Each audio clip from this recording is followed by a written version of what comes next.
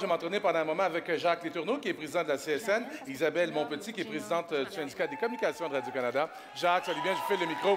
Oui. Oui, salut bien, Jacques. Donc, Radio-Canada traverse une période fragilisée ces temps-ci. Pour un syndicaliste comme vous, qu'est-ce que ça veut dire, cette période-là? Bien, ça veut dire représenter les travailleuses et travailleurs, les artisans d'abord et avant tout, qui sont avec la CSN. Mais c'est, je pense, aussi un débat puis un enjeu de démocratie dans notre société, parce que quand on pose la question de l'information et qu'on regarde comment les pouvoirs politiques traitent cette question-là, particulièrement celle de Radio-Canada, il y a de quoi s'inquiéter parce que l'information, ça ne peut pas juste, surtout pas être privé. Il faut que ça soit public. Ça prend un diffuseur radiophonique de télévision, un producteur public, et la bataille qu'on est en train de faire actuellement, c'est une bataille pour la démocratie.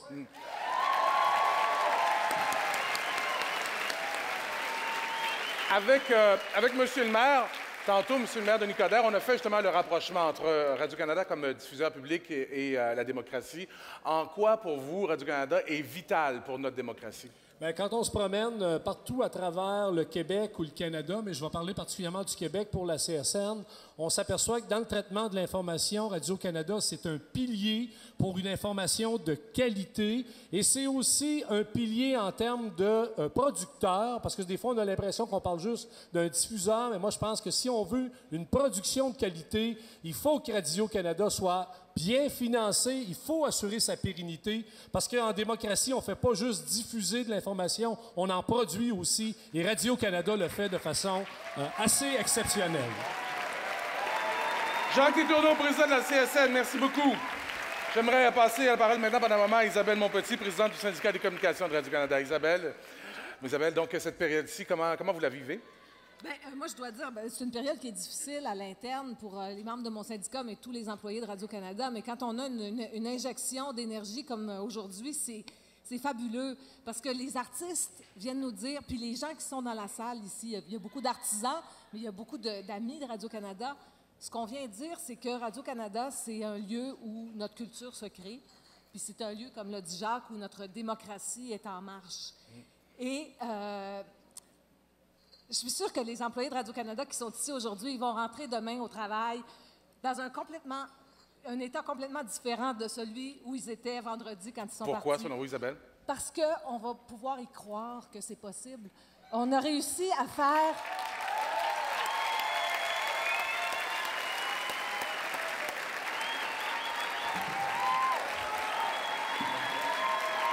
Oui, c'est possible! Oui!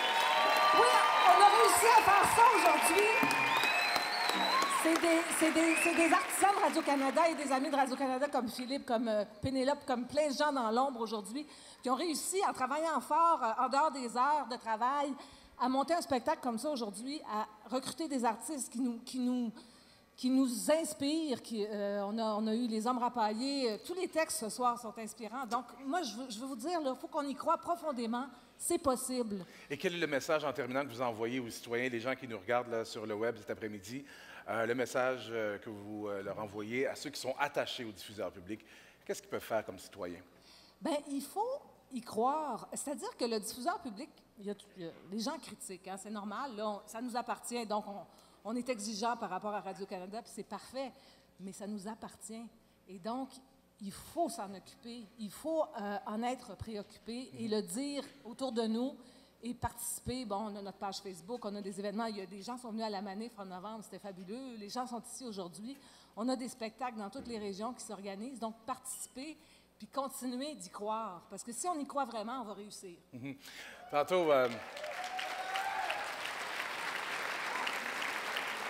Vous avez parlé tantôt de Radio-Canada qui est vital à l'expression de la démocratie. Tantôt, vous avez effleuré la notion de culture. Radio-Canada est vraiment très important pour le développement, le maintien d'une culture, d'expression francophone, mais de la culture en général d'un océan à l'autre.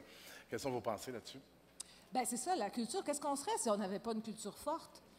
J'étais en Acadie l'autre jour pour le spectacle qu'on a eu à Moncton. Les Acadiens, c'est une culture qui doit beaucoup à Radio-Canada. Donc, on la voit, notre culture, aujourd'hui. Et puis, il faut qu'elle continue d'avoir un lieu pour émerger. Elle est vibrante, notre culture, aujourd'hui, n'est-ce pas? Oui! Bravo! Jacques Letourneau, président de la CSN, et Isabelle Montpetit, présidente du syndicat des communications de Radio-Canada. Merci beaucoup. Merci.